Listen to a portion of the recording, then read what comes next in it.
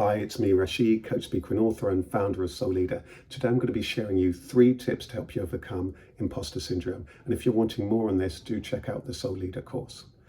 You might be thinking, actually, is this just me? Trust me, it's one of the most common things that people wrestle with, including people on that leadership journey. And it often affects heart-centered people, perhaps like yourself. Tip number 1 is all about the evidence. You need to list and capture what are all the things you've ever done and achieved going back to year dot, all of the qualifications, all of the things that you've done vocationally, all the projects, all the things that you've done that you led on or been involved in, all things that often you might forget.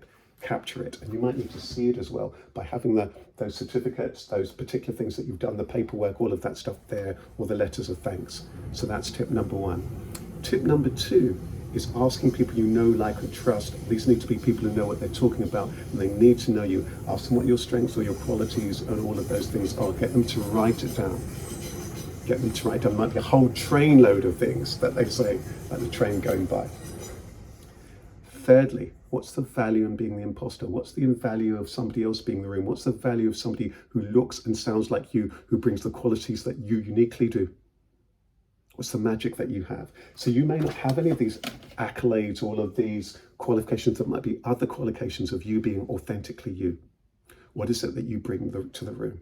What is it that somebody who has a different perspective, what does the imposter bring?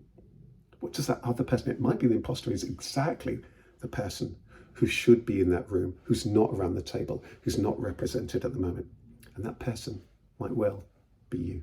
Take good care. Bye-bye.